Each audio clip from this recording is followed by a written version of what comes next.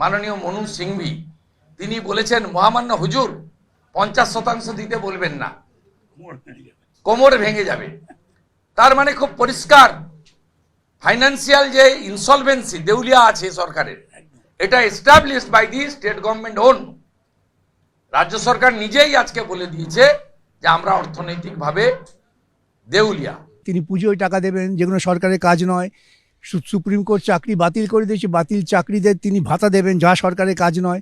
সমস্ত বেআইনি কাজ করবার জন্য এই সরকারের টাকা আছে, কিন্তু কর্মচারীদের ন্যায্য যে দাবি, সেই দাবির জন্য টাকা নেই। কে পাশ থেকে কি মন্তব্য করলেন, তারপরে কাউন্টার মন্তব্য করার জন্য আমরা এখানে বসে নেই।